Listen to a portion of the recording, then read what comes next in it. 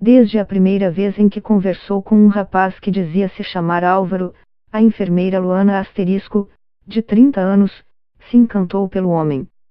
Eles se conheceram em um aplicativo de relacionamentos, no início de janeiro deste ano. Em menos de 2 dias, passaram a se considerar namorados, mesmo sem nunca terem se encontrado pessoalmente. Luana conta que se apaixonou por Álvaro por considerá-lo um homem carinhoso, bonito e bem-sucedido. Ele dizia que era defensor público recém-concursado, que havia nascido no Rio Grande do Sul e tinha se mudado havia poucas semanas para Macapá, AP, onde a mulher mora. Em uma semana de conversa, ela recebeu flores e declarações de amor por meio do WhatsApp. Em outro momento, a enfermeira emprestou R$ 600 para Álvaro, pois ele disse que precisava do valor com urgência. Dias depois, ela foi pedida em casamento pelo homem. Mesmo sem nunca tê-lo visto, pois ele costumava usar diferentes desculpas para não encontrá-la, a enfermeira aceitou. A história acabou na polícia. Uma jovem de 24 anos era responsável pelo perfil. As investigações apontaram que a suspeita enganou outras dezenas de mulheres de Macapá. Na internet, é comum encontrar relatos de homens e mulheres que foram enganados por perfis falsos. Algumas histórias viraram casos de polícia. Outras, apenas deixaram marcas na vida de quem se envolveu em um relacionamento com alguém que nunca existiu. A psicóloga Ana Sandra Fernandes explica que há pessoas que se envolvem com perfis virtuais, sem questionar se aquela pessoa realmente existe, por idealizar um relacionamento perfeito. Vivemos uma cultura muito influenciada por contos de fadas. Isso influencia muitos relacionamentos, porque muitas pessoas procuram viver algo perfeito. Nos relacionamentos reais, você se envolve com pessoas que têm defeitos. Em relações virtuais, as pessoas podem fantasiar uma perfeição, sem transparecer os problemas. Por isso, em muitos casos, a pessoa está tão imersa naquele suposto conto de fadas que não percebe muitas incoerências na história daquele perfil falso. A vítima acaba aceitando que aquilo é real e embarca naquela história, explica Fernandes. Quando Luana baixou o aplicativo de relacionamentos para conhecer algum rapaz, ela estava solteira havia 6 meses, após terminar um namoro de 2 anos. Anteriormente ao último relacionamento, a enfermeira havia sido casada por 5 anos. Nunca tinha utilizado nenhum aplicativo assim, mas as minhas amigas insistiram e decidi testar, diz. Logo no primeiro dia em que usou o aplicativo, ela conheceu Álvaro. Ele me disse que tinha 35 anos e estava em busca de um relacionamento sério, conta. A primeira surpresa da enfermeira foi o pedido de namoro, poucos dias após conhecer o rapaz. Uma mulher levou um buquê de flores no meu serviço. Ela não perguntou meu nome, nem nada. Só entregou e foi embora. Em seguida, o Álvaro me ligou, perguntando se eu havia gostado do presente. Ele me disse que era um pedido de namoro. Eu agradeci e aceitei. Fiquei encantada com aquele buquê, pois nunca havia recebido nenhum. Mas me assustei com o pedido de namoro, porque nos falávamos há pouco tempo. Pedi a ele para que nos conhecêssemos pessoalmente o quanto antes. Então, ele me disse que nos veríamos no dia seguinte, relata Luana. Apesar do combinado, eles não se encontraram no dia seguinte, um sábado. Ele me ligou para avisar que estava passando mal e não poderíamos sair. Eu disse que poderia ajudá-lo, pois sou enfermeira, mas ele falou que não precisava, pois não queria me dar trabalho, relata. Na manhã de domingo, Álvaro comentou com Luana que estava melhor. Segundo a enfermeira, ele disse que queria encontrá-la, mas antes precisava levar o carro para a oficina. O homem pediu R$ 600 emprestados para a mulher. Ele disse que não estava conseguindo retirar aquele valor porque estava com problemas para acessar a conta bancária. A enfermeira emprestou o dinheiro. Ela deu o valor à mesma mulher que havia lhe entregado o buquê de flores. Eu a encontrei para levar os R$ 600. O Álvaro me dizia que ela era uma amiga dele, que se chamava Fernanda, relata Luana. Nos dias seguintes, a enfermeira continuou conversando com o perfil que havia conhecido no aplicativo. Um encontro entre eles parecia cada vez mais distante. Ele sempre inventava alguma desculpa. Dizia que estava indisposto ou que tinha excesso de trabalho, relembra Luana. A mulher afirma que não desconfiou que pudesse estar sendo enganada. Não havia me questionado sobre a possibilidade de ele ser uma farsa. Para mim, era muito claro que o Álvaro existia, comenta. Quando completou uma semana desde que conheceu o homem, Luana recebeu um novo presente, também levado pela amiga dele. Ele me mandou um buquê de flores, acompanhado de uma aliança e um pedido de casamento.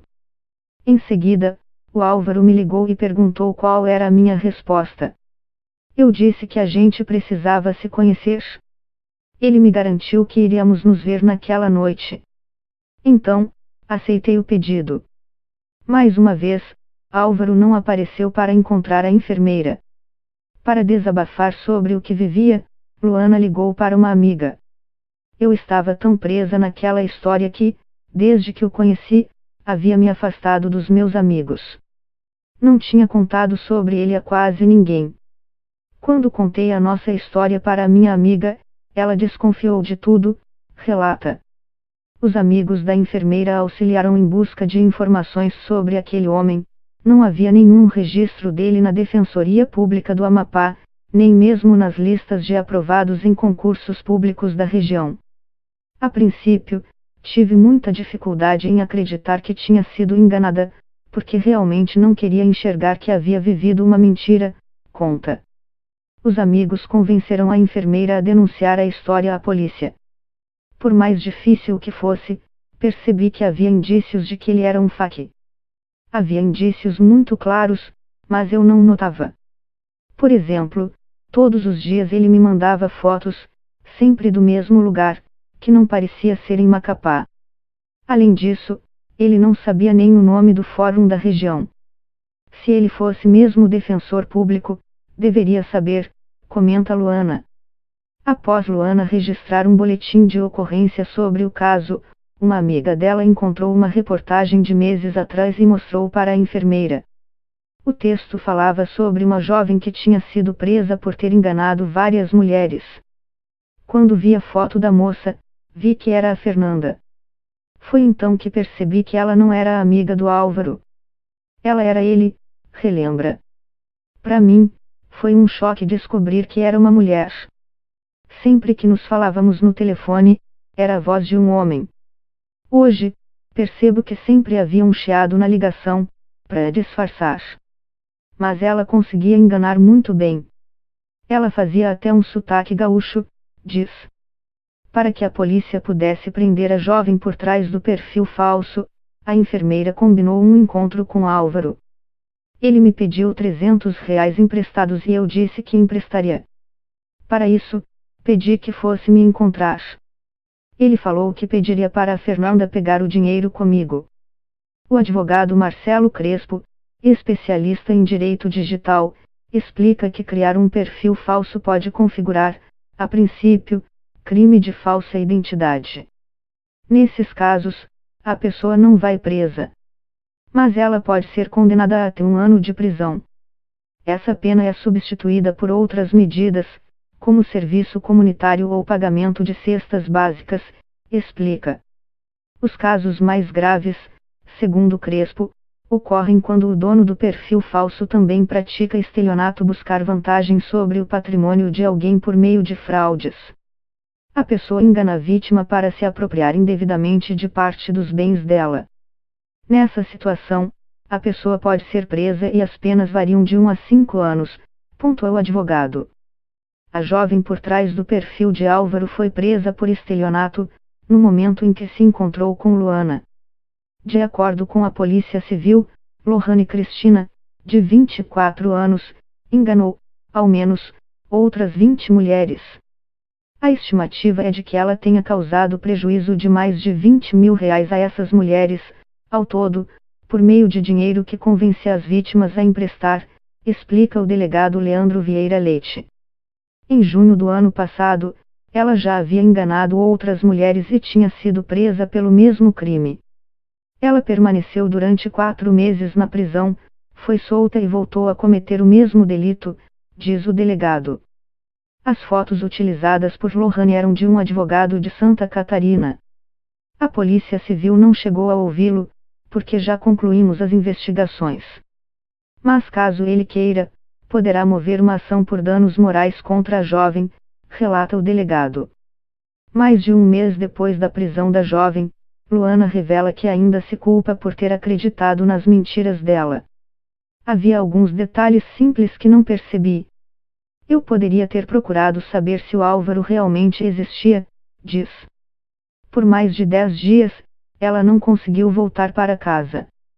Fiquei com a minha mãe, porque tudo na minha casa me lembrava aquela história, conta. Atualmente, a enfermeira tem feito acompanhamento psicológico.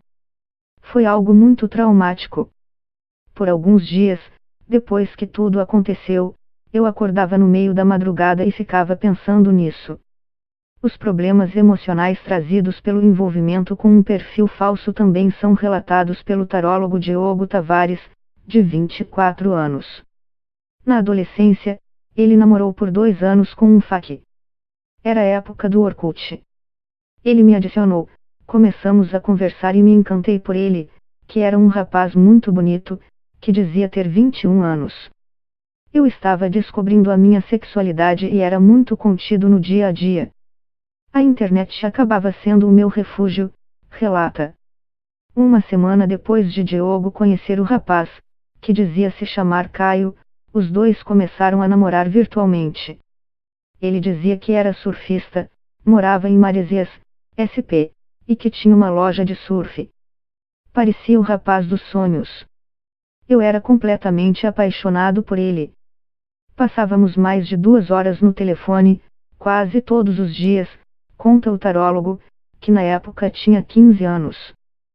Segundo a psicóloga Ana Sandra Fernandes, os responsáveis pelos fakes costumam criar os perfis com base naquilo que acreditam que está dentro dos padrões da sociedade.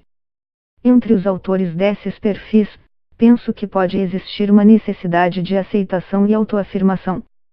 Muitas vezes, a pessoa se dá conta de que o perfil real dela, como realmente é, não chama a atenção de ninguém. Então, ela imagina alguém que as pessoas gostariam de ter por perto. Não é muito difícil imaginar esse padrão de perfeição. A mídia mostra o que é um relacionamento ideal, um casal perfeito e também quais os tipos físicos que costumam chamar mais a atenção. A gente vive em uma sociedade com dificuldades para aceitar pessoas diferentes de um suposto padrão, então esses perfis falsos seguem esse estereótipo do que seria perfeito, acrescenta Fernandes. Diogo conta que ficou encantado com a atenção que recebia do rapaz. Eu tinha uma autoestima muito baixa e ele me ajudava muito. Ele sempre falava as coisas que eu queria ouvir e me apoiava. Não conseguia enxergar nenhum defeito nele. Era muito surreal isso. Meses depois de iniciar o relacionamento virtual, o tarólogo, que mora em Águas Claras, DF, tentou visitar Caio. Eu disse a ele que tinha dinheiro guardado e poderia ir a Maresias, para vê-lo, mas ele falou que não poderia, porque estava muito ocupado com o trabalho. Isso me deixou triste, mas não a ponto de desistir dele. Diogo enviou mensagem para o dono das fotos utilizadas pelo então namorado. O rapaz não deu muita importância, mas me agradeceu por ter contado, diz. O tarólogo confrontou Caio sobre a descoberta. A princípio, ele negou. Mas depois confirmou que era fake. Para mim foi muito triste. Fiquei completamente arrasado, relembra. Depois de Diogo insistir, o rapaz revelou a verdadeira identidade. Ele era uma pessoa que não me interessaria, normalmente. Além de tudo, havia mentido para mim. Tudo isso me deixou bastante abalado, lamenta. Mesmo revoltado com a situação, o tarólogo optou por não denunciá-lo. Penso que não aconteceria nada com ele. Então, não valeria a pena me desgastar e procurar a polícia. A história com o perfil falso é considerada pelo tarólogo como um de seus maiores traumas. Durante anos, o caso prejudicou suas relações. Tive muitas dificuldades para confiar nas pessoas. Isso atrapalhava as minhas relações. Hoje, considero que superei e tento não idealizar as pessoas. Para a vendedora Marta Asterisco, de 47 anos, um relacionamento virtual também representa um de seus maiores traumas. Moradora de uma pequena cidade do interior do Paraná, ela optou por não informar o município. A mulher conheceu, no fim de 2015, um homem que se dizia um engenheiro irlandês. O homem, que dizia morar na Irlanda, afirmava que queria se casar com ela.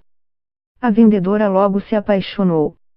Marta não chegou a pesquisar sobre a vida do pretendente, nem sobre a veracidade das declarações dele. Os parentes e amigos dela não aprovavam a relação virtual, pois alegavam que era arriscado que ela se envolvesse com alguém que havia conhecido na internet. Marta, porém, não ouviu os familiares e namorou por 2 anos com o suposto engenheiro. Certa vez, o homem disse que viria ao Brasil para conhecê-la. Enviou uma imagem de uma passagem aérea, com informações da chegada no país.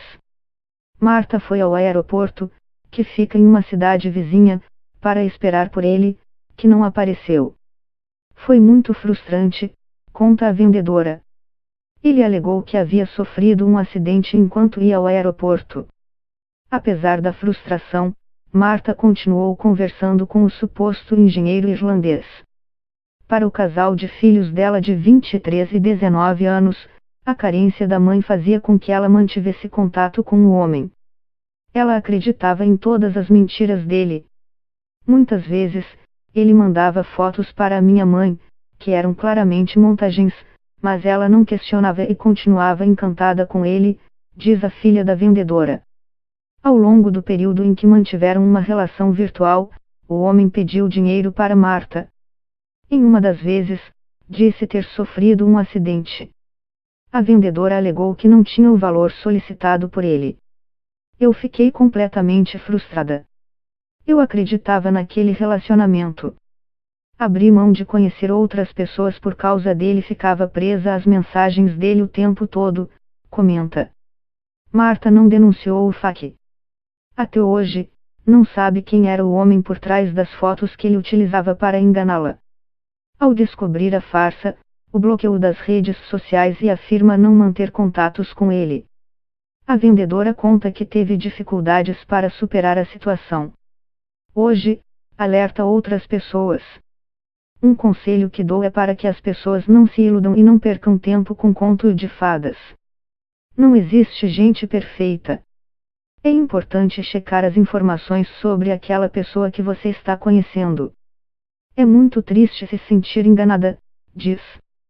Ela relata que, após meses sem sair de casa, retomou a rotina.